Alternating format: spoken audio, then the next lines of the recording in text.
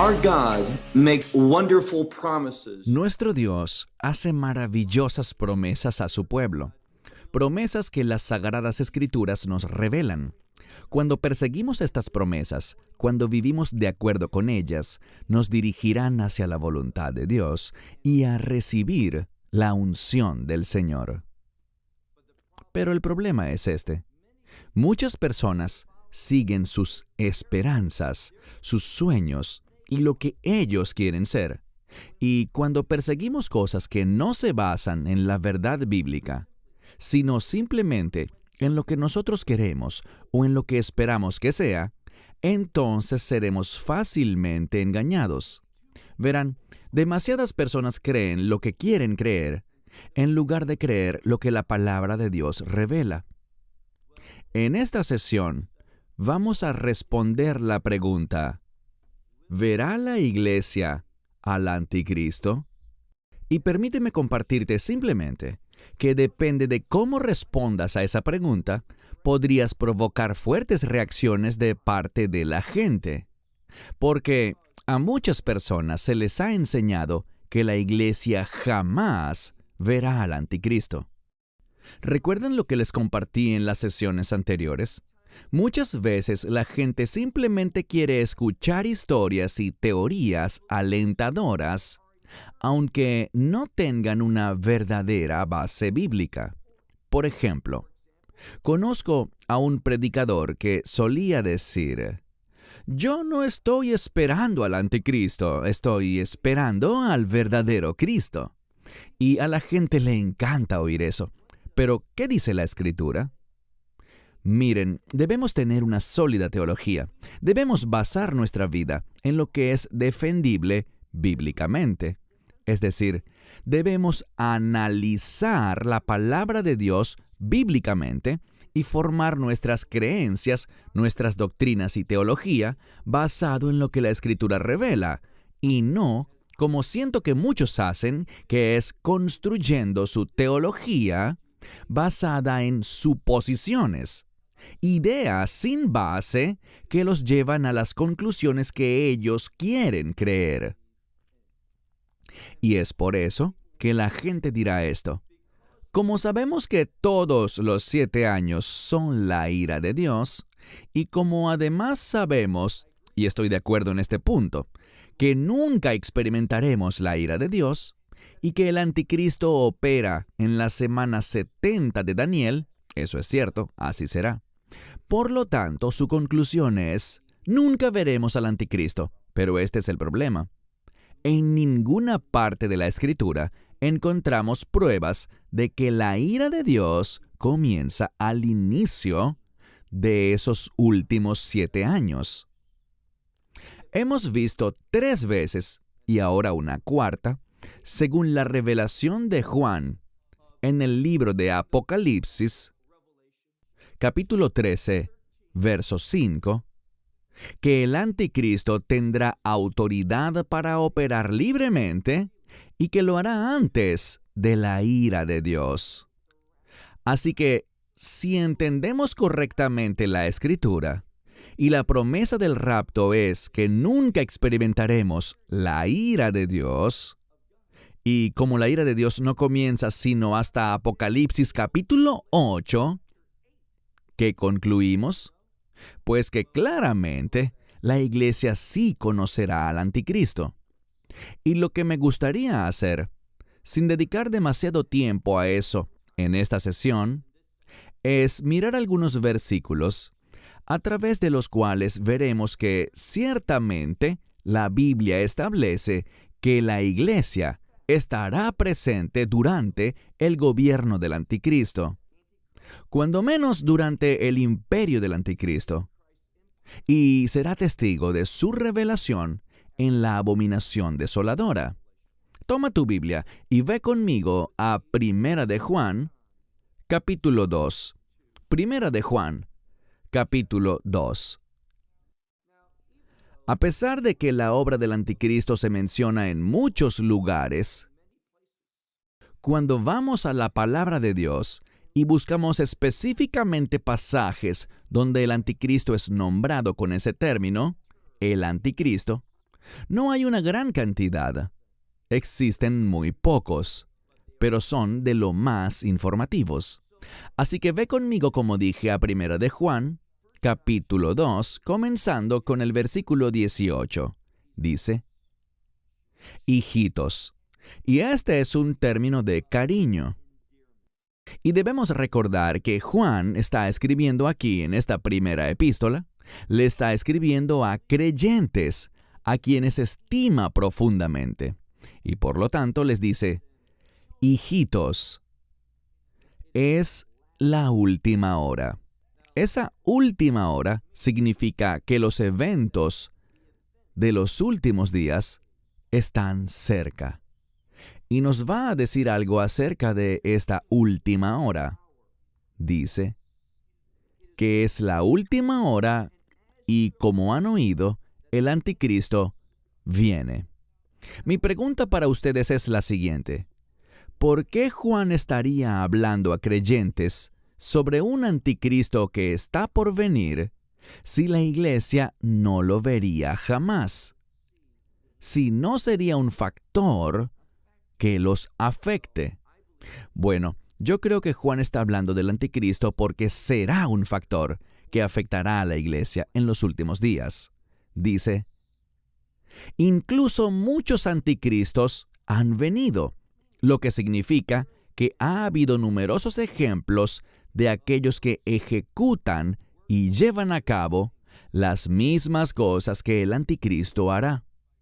Por lo cual sabemos, debido a estos individuos falsos, a estas personas malvadas, a personas guiadas por los deseos y la influencia de Satanás en vez de la guía del Espíritu Santo, nos dice que ahora sabemos que es la última hora.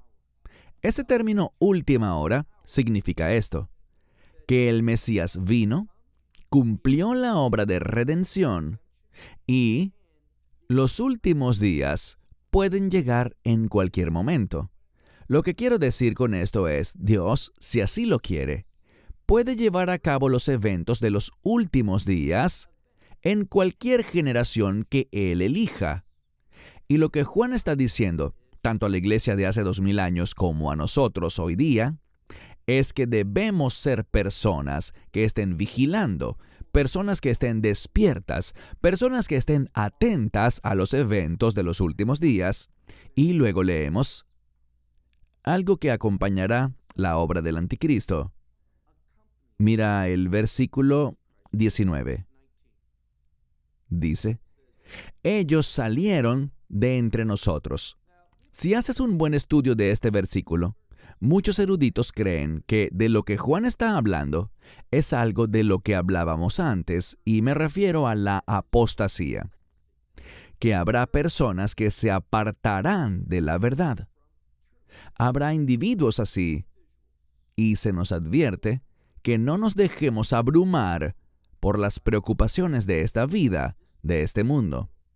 Y dice, mira de nuevo el verso 19, debido a esta apostasía, debido a esta forma incorrecta de pensar, debido al engaño, ellos salieron de entre nosotros, pero noten lo que dice, porque no eran de nosotros, ya que si hubieran sido de nosotros, habrían continuado con nosotros. Pero, y la implicación es, pero ellos salieron, para que se hiciera manifiesto que ninguno de ellos era de nosotros. ¿A quién se refiere con nosotros? A los creyentes genuinos, a los verdaderos discípulos.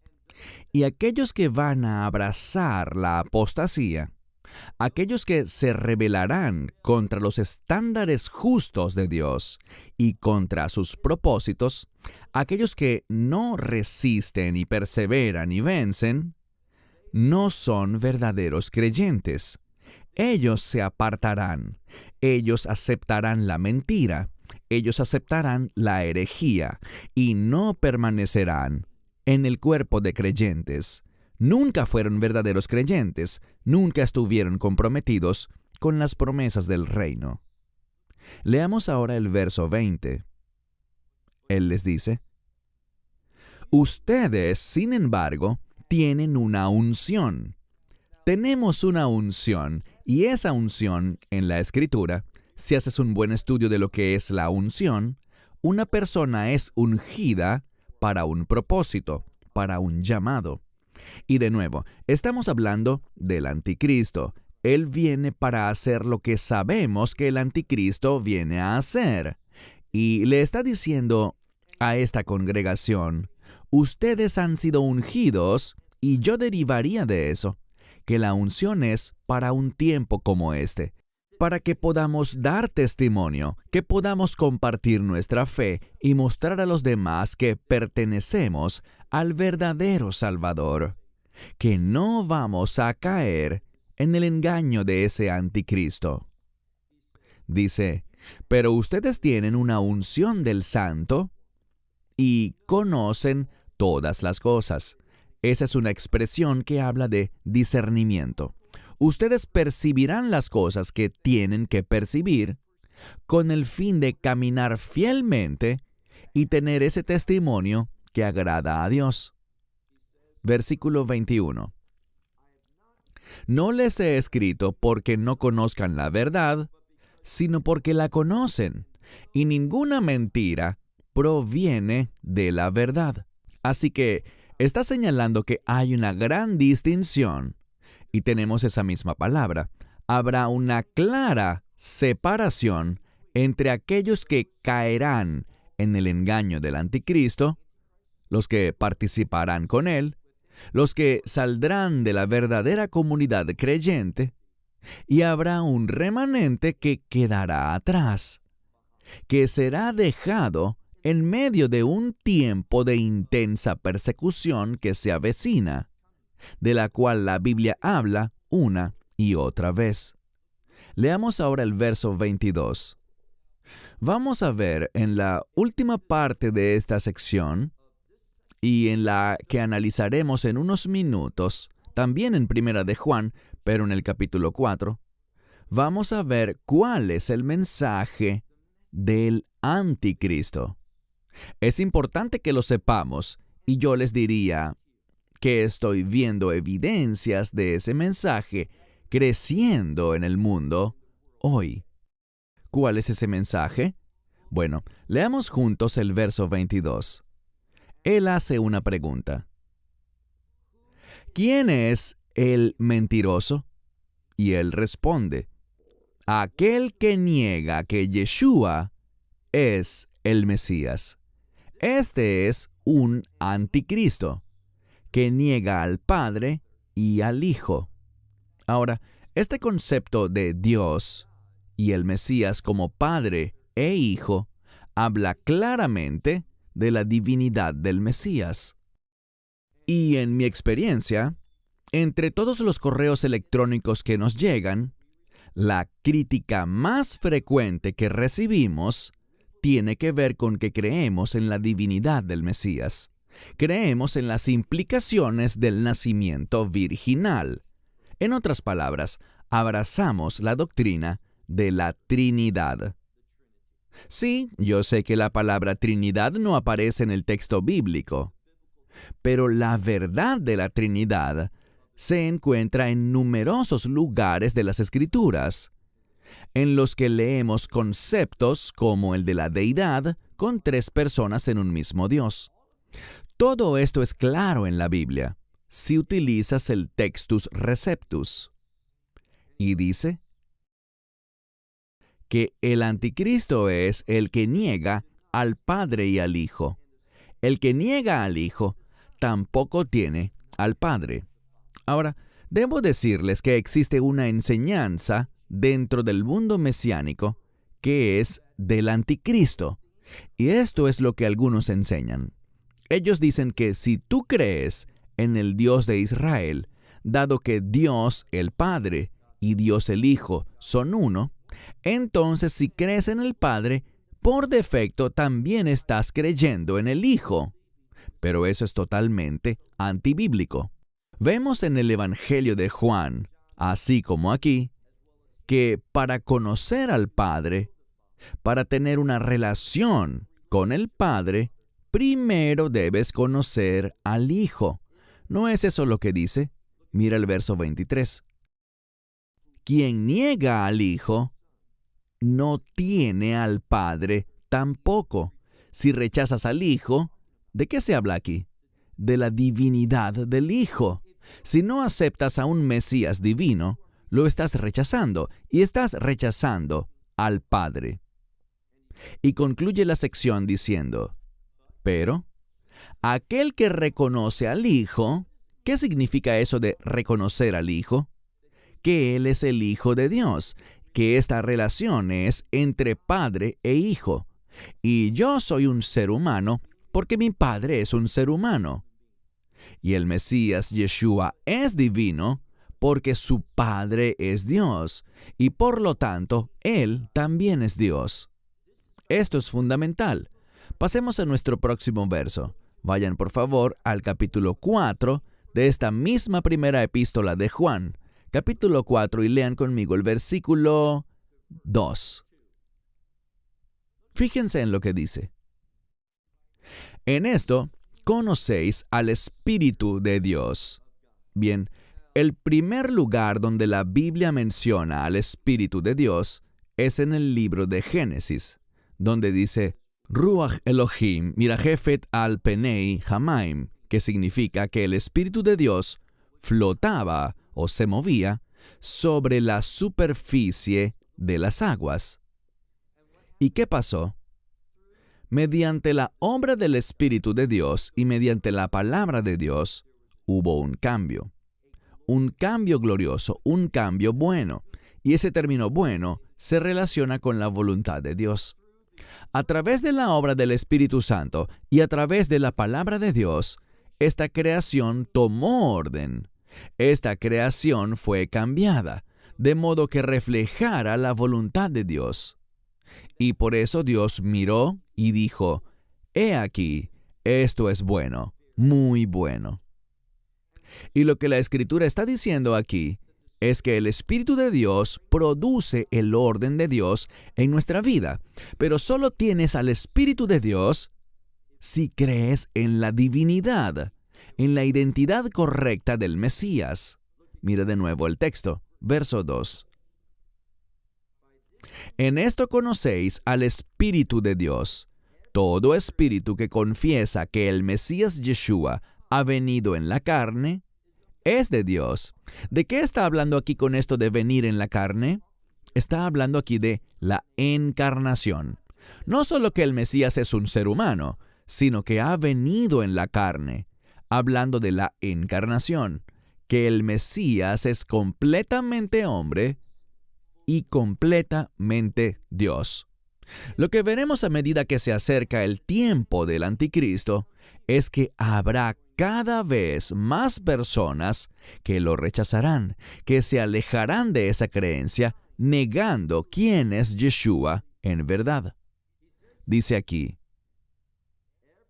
que todo espíritu que confiesa que el Mesías Yeshua ha venido en la carne es de Dios, y todo espíritu que no confiesa que el Mesías Yeshua ha venido en la carne no es de Dios. Y aquí es donde cobra mayor importancia. Dice, y este es del anticristo.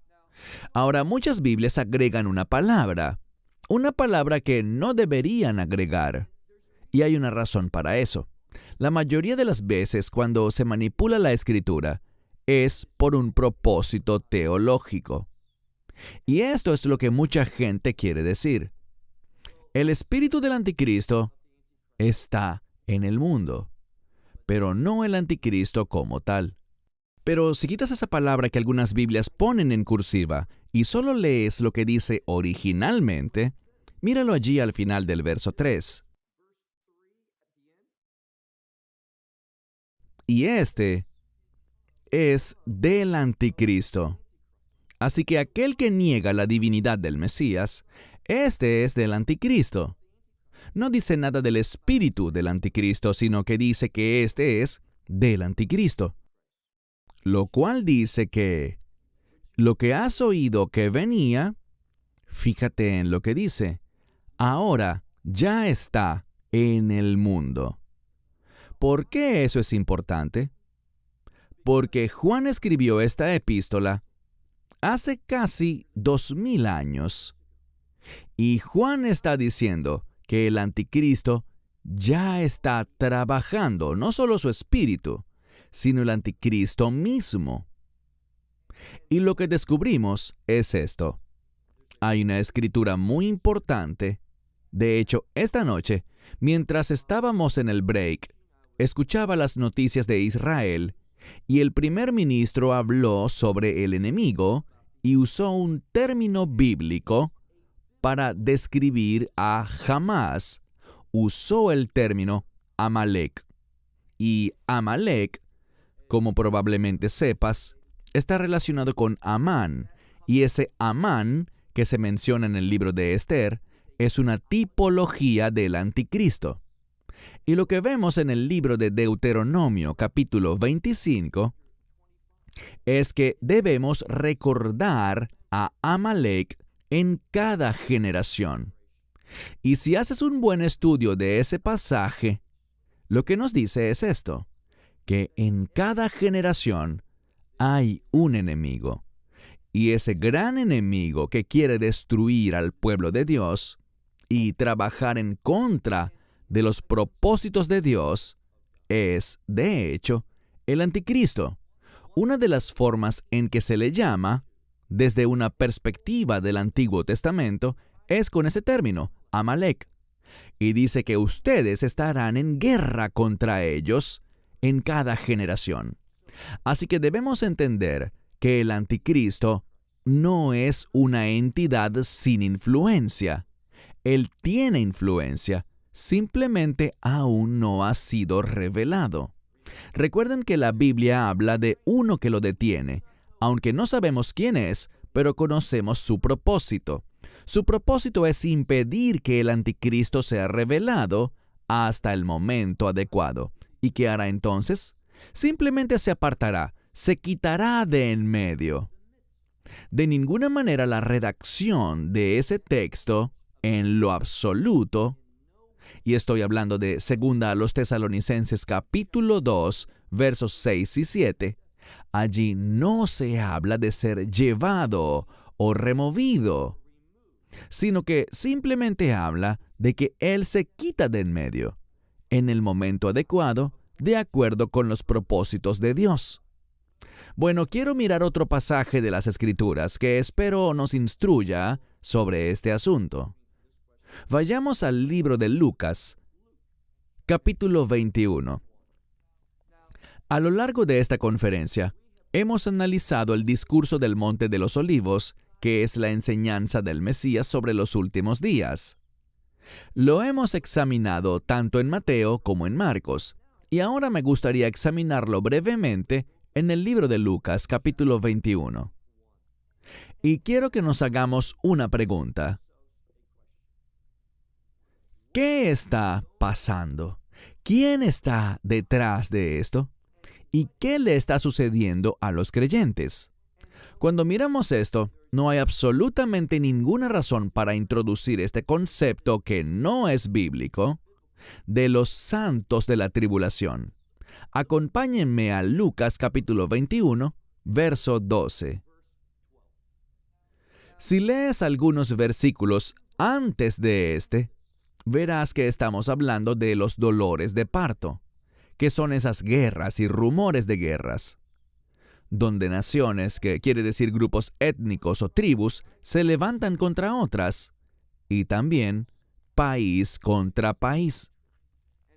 Y dice que habrá terremotos y hambrunas, y no solo eso, sino que también habrá problemas en este mundo, grandes problemas. No hay razón para creer que la iglesia no estará aquí para ese tiempo. ¿Por qué? Porque la ira de Dios aún no ha comenzado. Veremos una clara indicación de cuándo comienza la ira de Dios en este pasaje. Pero leamos el versículo 12, Lucas capítulo 21, verso 12. Pero antes de todas estas cosas. Esta palabra para antes puede significar antes en el tiempo o antes en importancia. Y de lo que estamos hablando aquí es de suma importancia. Descubrimos que el Mesías quiere que sus discípulos entiendan esto porque, sí, vienen esos dolores de parto, pero todo eso conducirá a una situación que le dará a los creyentes la oportunidad de testificar, de ser luz. Y presten mucha atención a esto. Esto es lo que se nos llama a hacer en los últimos días. Esto será la base para que seamos perseguidos, suframos y seamos rechazados. Pero entiende algo, el Mesías fue rechazado también. Lo odiaron a él, nos odiarán a nosotros. Lo persiguieron a él por lo que él era y por lo que él representaba, y así mismo seremos perseguidos nosotros. Verso 12. Pero antes de todas estas cosas, pondrán manos sobre ustedes, ¿y qué? Y los perseguirán. Ahora, ¿quién crees que es la fuente de esta persecución? No está hablando aquí, y veremos esto en un momento, de cosas relacionadas con el pasado, de la destrucción de Jerusalén en el año 70 después de Cristo. No, él está hablando de los dolores de parto, eso quedó claro, y estos son eventos de los últimos tiempos. Así que dice, los perseguirán y los entregarán a sinagogas. Y con esto insisto, no se nos habla de un centro judío de adoración, sino que se refiere a centros comunitarios. Si haces un buen estudio de la palabra sinagoga en el Nuevo Testamento, descubrirás que éstas se originaron en el Imperio griego y eran lugares de administración. Allí funcionaba el gobierno local, allí operaban los tribunales y demás organismos públicos, y era un lugar de encuentro para la comunidad. No está hablando aquí de centros judíos de adoración. Tenemos que entender correctamente la Escritura y el trasfondo bíblico y no hacer suposiciones basadas en lo que nosotros pensamos al oír hoy en día la palabra sinagoga. Dice, los perseguirán, los entregarán a sinagogas y cárceles, y los llevarán ante reyes y gobernantes. ¿Por qué? Por causa de mi nombre. Y resultará ser para ustedes una ocasión para dar testimonio. Eso es lo que se supone que hagamos en medio del imperio del anticristo, que nos levantemos y demos testimonio de la verdad. ¿No es eso lo que aprendimos también de Juan? ¿Y cuál es la verdad que debemos enfatizar? La identidad de Yeshua, lo que Él ha hecho y lo que Él hará. Y lo que Él hará al final de la era de la iglesia es que nos removerá de este mundo antes de la caída de la ira de Dios. Pero no hay escritura, y hazme un favor, no me creas a mí. Consigue algunos materiales, revisa comentarios, busca algunos libros y verifica lo que estos supuestos expertos enseñan en cuanto a que la iglesia nunca verá al anticristo. Escucha su lógica, presta atención a todas las suposiciones que hacen y a cómo interpretan los pasajes, y descubrirás que sus interpretaciones no coinciden con la revelación de la palabra de Dios.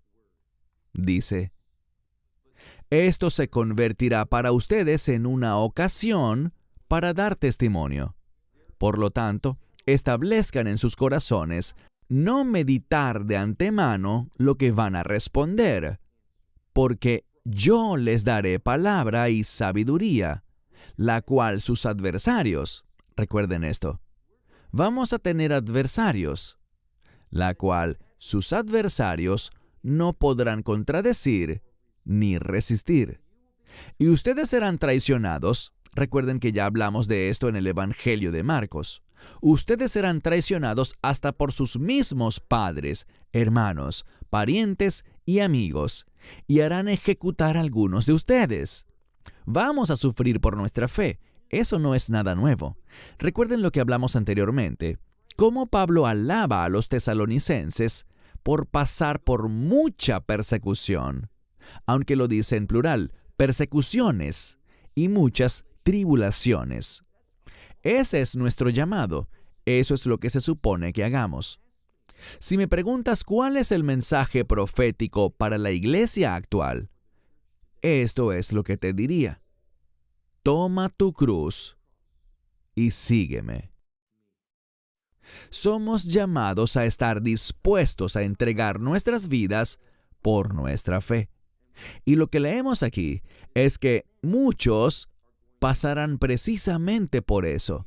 Muchos seremos perseguidos, arrestados, encarcelados e incluso martirizados por la fe.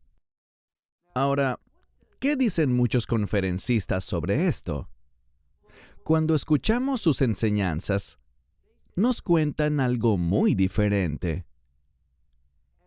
Y lo que ellos enseñan es un escenario que la palabra de Dios no respalda. La verdad es que seremos perseguidos, pero ¿qué dicen ellos? Bueno, hay un libro que está por salir y vi una presentación de este libro en YouTube. El nombre del libro es La Gran Desaparición. Y no conozco bien la posición del libro, pero cuando ves el avance del libro que se lanzó en YouTube, habla de que cuando ocurra el arrebatamiento o el rapto, el mundo estará confundido, el mundo estará desconcertado. No sabrán lo que está pasando porque todas estas personas de repente desaparecerán. Y esta es la gran desaparición de la que habla el autor. Pero esto es lo que yo pienso. Y lo que le diría con todo respeto al autor del libro, pues siento mucho respeto por él. Es un hombre piadoso, pero simplemente no estoy de acuerdo en este punto, porque yo no veo, y si estoy equivocado, compártanme los versículos. No tengo problema en hacer un video diciendo que enseñé una cosa, pero alguien más me corrigió, y yo desconocía estos versículos, y ahora he cambiado mi punto de vista. Estaré encantado de hacerlo. No hay vergüenza en admitir que estamos equivocados. He estado equivocado muchas veces. Pero lo que les diría es lo siguiente. No conozco ningún versículo que hable sobre el arrebatamiento, que indique que el mundo quedará asombrado, que el mundo quedará impactado por él. Cuando estudio el arrebatamiento y las escrituras relacionadas con él, es un evento exclusivo, ¿oyeron bien? Es un evento exclusivo para creyentes, para la congregación de los redimidos. No veo ninguna escritura que señale que al momento del arrebatamiento el mundo se dará cuenta, que será impactado, se verá confundido y en shock, o que quedará desconcertado. No veo eso en ningún lugar de las escrituras. Por lo tanto, yo he elegido no presentar ninguna idea, a menos de que haya clara evidencia bíblica que la respalde. Y les diré algo más.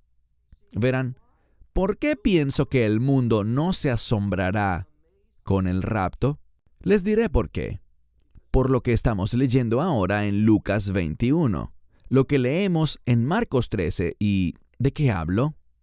De que los creyentes, durante el reinado del anticristo, durante el imperio que él dirigirá, vamos a ser perseguidos, vamos a ser arrestados, vamos a ser ejecutados. Permítanme darles un ejemplo. Mi esposa y yo conocemos a una mujer que se llama Ana, quien atravesó una experiencia terrible en su vida llamada el Shoah o el Holocausto. Y tenemos algunos amigos queridos que apreciamos mucho, que conocían a Ana y viajaron con ella de regreso al país en el que nació y donde creció. ¿Y qué sucedió? Ella fue a su barrio, pero su casa había sido destruida. mas al mirar al otro lado de la calle, allí estaba la casa de su amiga de la infancia.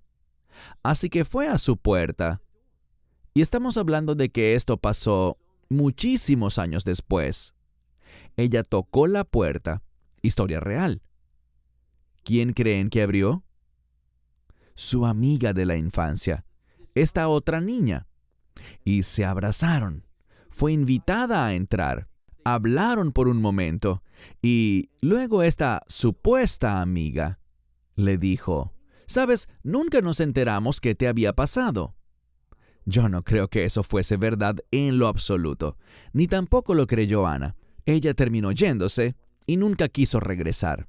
Pero hay algo que aprender, y es que lo que sucedió en el Holocausto es que ellos acorralaron a todos los judíos. Estaban allí un día y desaparecieron al día siguiente. Y todos sabían lo que había pasado, que fueron llevados a estos campos de concentración, donde los asesinaron y donde les hicieron otras atrocidades.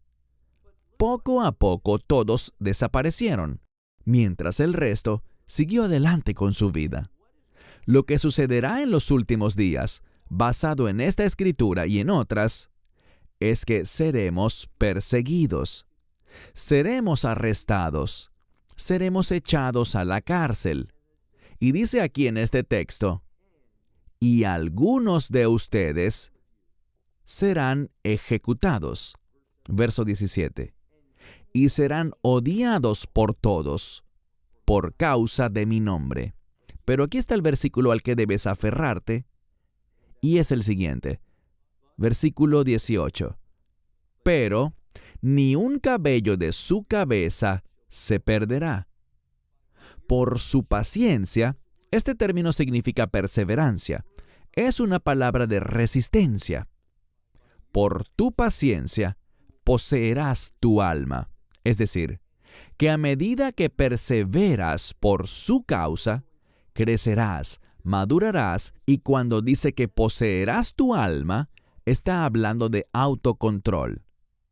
A través de la guía y de la unción del Espíritu Santo, tú vivirás una vida obediente, una vida que será un testimonio agradable a Dios en medio de grandes sufrimientos. Así que no creo en lo más mínimo que el rapto vaya a constituir algún espectáculo que el mundo verá y se preguntará: ¿qué significa todo esto? No lo creo porque no veo ninguna escritura que respalde tal creencia. Ahora, hay películas al respecto, hay libros populares que se han escrito al respecto, pero no vemos ni una escritura que de manera alguna le brinde la menor credibilidad a tal punto de vista. Bien, ahora quiero pasar a otra escritura en el libro de Apocalipsis. Vayan conmigo a Apocalipsis capítulo 14, libro de Apocalipsis, capítulo 14. He hablado brevemente sobre los 144,000.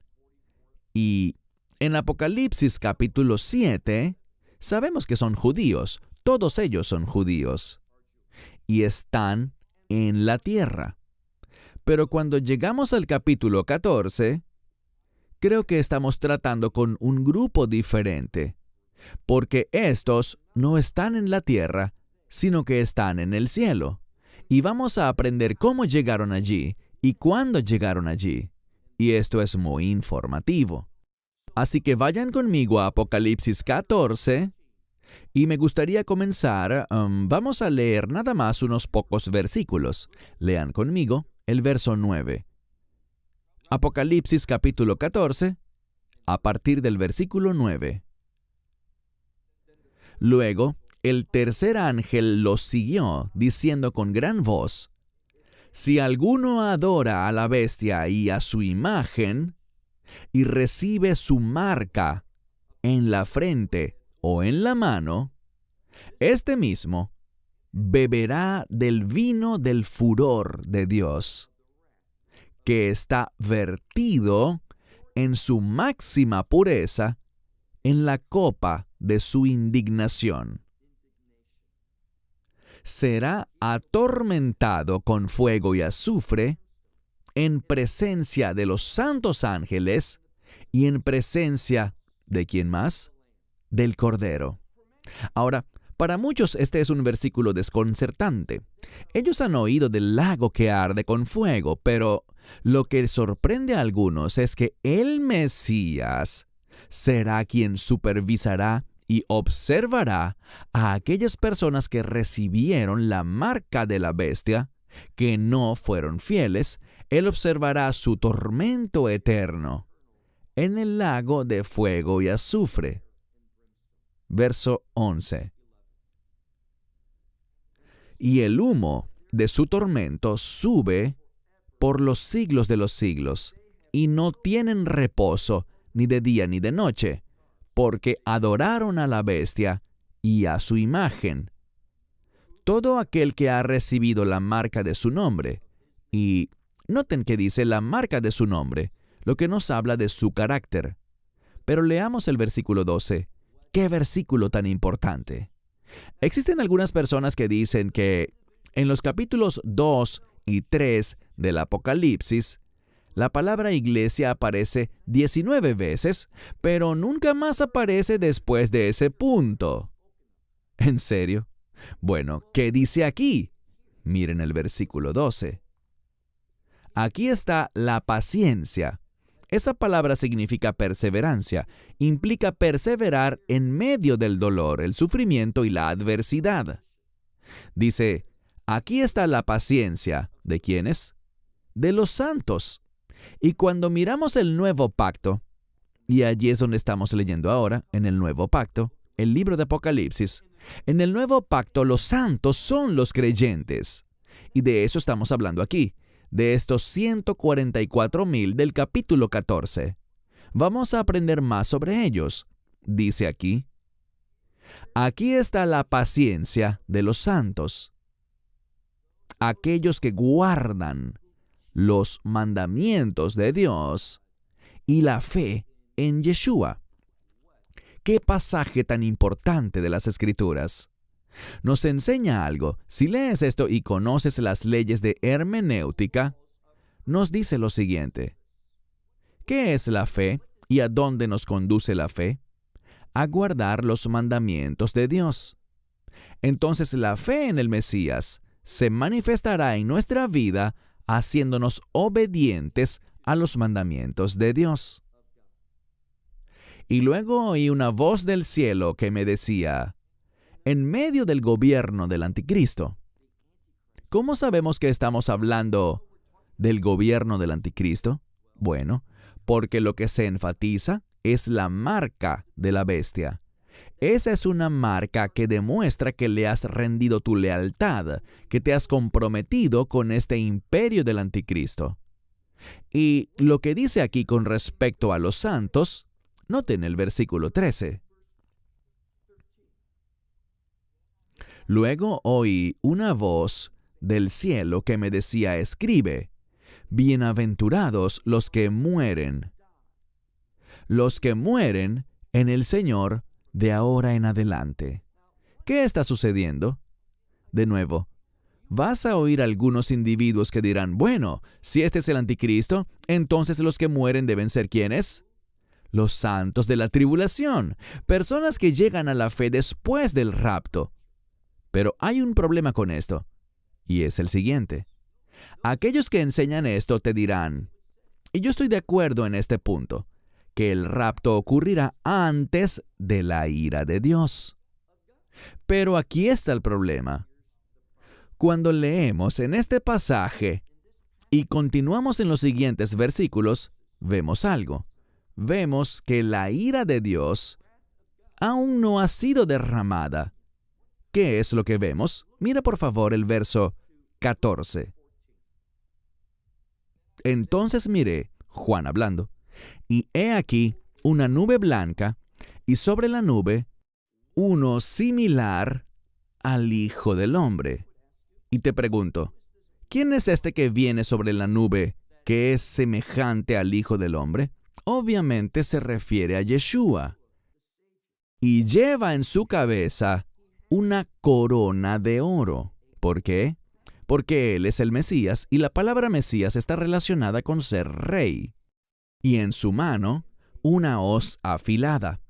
Y otro ángel salió del templo, este es el templo en el cielo, no en Jerusalén, gritando con una voz fuerte a Él. ¿A quién? A Yeshua, al que está sobre la nube. Y le dice, lanza tu hoz y ciega, porque ha llegado el momento para cegar la cosecha de la tierra, porque está madura. Así que el que está sobre las nubes arrojó su hoz a la tierra, y la tierra fue cegada. Ahora, ¿de qué nos habla esto? Esto nos habla del arrebatamiento. ¿Y cómo estoy tan seguro? Bueno, las personas que no están de acuerdo conmigo, y está bien, pero ellos enseñan lo mismo que yo en cuanto al momento del rapto. Ellos dicen que el rapto ocurrirá antes de la ira de Dios. Nuestra diferencia es que ellos creen que todos los 7 años constituyen la ira de Dios, y de nuevo los desafío. Ayúdenme, corríjanme. ¿Dónde está el versículo que dice que toda la semana 70 de Daniel, que todos esos últimos 7 años son la ira de Dios? No lo conozco. Si me equivoco, lo admitiré con gusto. Yo prefiero desde un punto de vista personal esa teología. Pero cuando estoy atado a la verdad bíblica, tengo que rechazarla. Pero ellos enseñan correctamente que el rapto ocurrirá antes de la ira de Dios. ¿Y qué sabemos? En este punto la ira de Dios aún no ha caído. Vemos que esta cosecha que el Mesías hace ocurre primero. ¿Por qué lo digo? Pues mira ahora el verso 17. Dice, entonces otro ángel salió del templo que está en el cielo. También tenía una hoz afilada. Y el otro ángel que salió, había otro ángel en el altar, tenía poder sobre el fuego. El fuego representa ese juicio de los últimos días. Es un símbolo de la ira de Dios. Y clamó a gran voz a aquel que tenía esa hoz afilada, diciendo, mete tu hoz afilada y recoge los racimos de la vid de la tierra, porque sus uvas están totalmente maduras. ¿Qué significa eso? Que llegó la hora de la ira de Dios. Verso 19. Así que el ángel arrojó su hoz a la tierra y recogió las vides de la tierra. ¿Y qué hizo con esas vides y esas uvas? No tenemos que adivinar, no tenemos que especular. Las arrojó en el gran lagar ¿de qué? De la ira de Dios. Así que vemos nuevamente un ejemplo perfecto del hecho de que el rapto ocurre. ¿Cuándo? No antes de los últimos 7 años, sino que la Escritura dice simplemente que será antes, muy poco antes de que se derrame la ira de Dios. Entonces las uvas fueron arrojadas en este gran lagar de la ira de Dios. Verso 20. Y el lagar fue pisoteado fuera de la ciudad. Esta es la ciudad santa, Jerusalén. Y sangre salió del lagar hasta la brida de los caballos. Noten que esta ciudad santa no es la nueva Jerusalén, sino simplemente Jerusalén, la Jerusalén actual.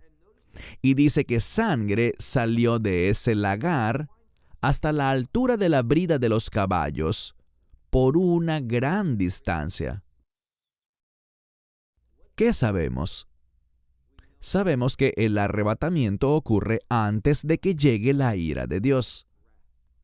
Y cuando leemos Apocalipsis 14, esos 144,000 representan en el capítulo 14 a la iglesia raptada, que será sacada de este mundo antes de la ira de Dios. Voy a concluir este mensaje simplemente diciendo esto. Cuando miramos ese número, 144,000, ¿recuerdan lo que compartí anoche? El número 12 es un número de reino. Habla sobre el pueblo del reino. Ya sea que hablemos de los 12 apóstoles o de las 12 tribus de Israel, de esos patriarcas, el 12 se relaciona con el reino.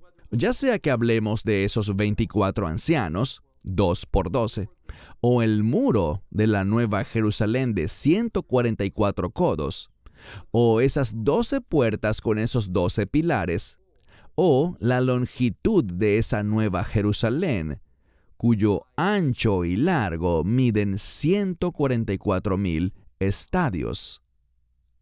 Lo que encontramos aquí es que el número 144,000 se relaciona con el reino, al igual que el 144, el 24 y el 12. Y por lo tanto, cuando miramos Apocalipsis capítulo 7, estamos hablando de ese remanente de Israel que llegará a la fe.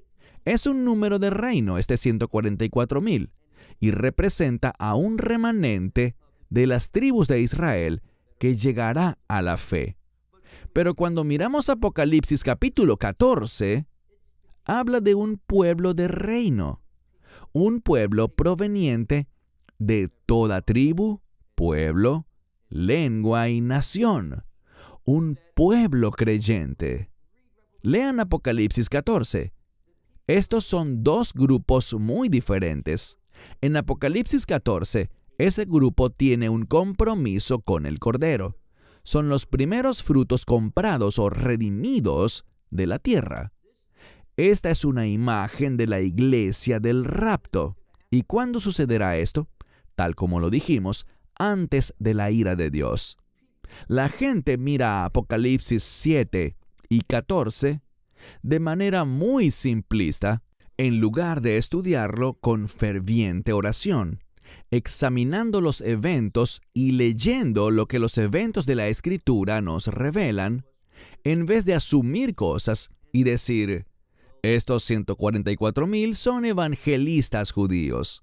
En ningún lugar, en ninguna parte de la Escritura, se dice que los 144,000 son evangelistas judíos.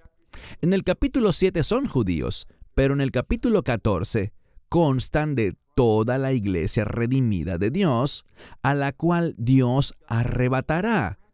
Y fíjense, si leen Apocalipsis 14 y la iglesia que se menciona allí, encontrarán que ellos estuvieron presentes durante el período del anticristo. No hay nada en la Escritura que nos diga que la iglesia no estará aquí para ver al anticristo. Si quieres ser popular, si quieres vender libros, si quieres obtener muchos clics, entonces dile a la gente lo que quiere escuchar. Diles que no tendrán problemas, no sufrirán, no pasarán por ningún tiempo difícil de persecución, serán arrebatados mucho antes de que todo eso suceda. Eso es lo que la gente quiere oír. Pero un verdadero maestro de la Escritura no dice lo que la gente quiere escuchar, sino más bien dice lo que Dios quiere que la gente escuche. Su verdad, su palabra. Efectivamente, la iglesia verá al anticristo. Estén preparados, estén atentos, estén alertas y sean individuos que oran ahora para tener un testimonio que agrada a Dios, si les toca estar vivos cuando esto suceda. Bueno, vamos a concluir nuestra conferencia por esta noche y mañana, cuando nos reunamos de nuevo, mañana en la mañana, solo me queda un mensaje más y ese mensaje es una palabra de instrucción para creyentes a la luz de los cambios en este mundo y del hecho de que los últimos días se acercan, el hecho de que las cosas en este mundo convergen hacia lo que la Escritura llama Ahrit Hayamim, el tiempo del fin. Hasta entonces, que Dios los bendiga. Buenas noches y Shalom desde And Israel. shalom from Israel. Esperamos que te hayas edificado con el mensaje de hoy y lo compartas con otros. Te invitamos a seguir nuestros estudios cada semana por este canal y por el portal de YouTube de Amarás a Israel. También puedes descargar nuestra aplicación móvil gratuita Mi Estudio Bíblico. Finalmente, para obtener más información sobre nosotros, visita nuestra web amarasaisrael.org, donde encontrarás otras conferencias de Baruch en audio, video y texto. Hasta el próximo programa. Que el Señor te bendiga en Yeshua HaMashiach, Jesús el Mesías, mientras caminas con Él. Shalom desde Israel.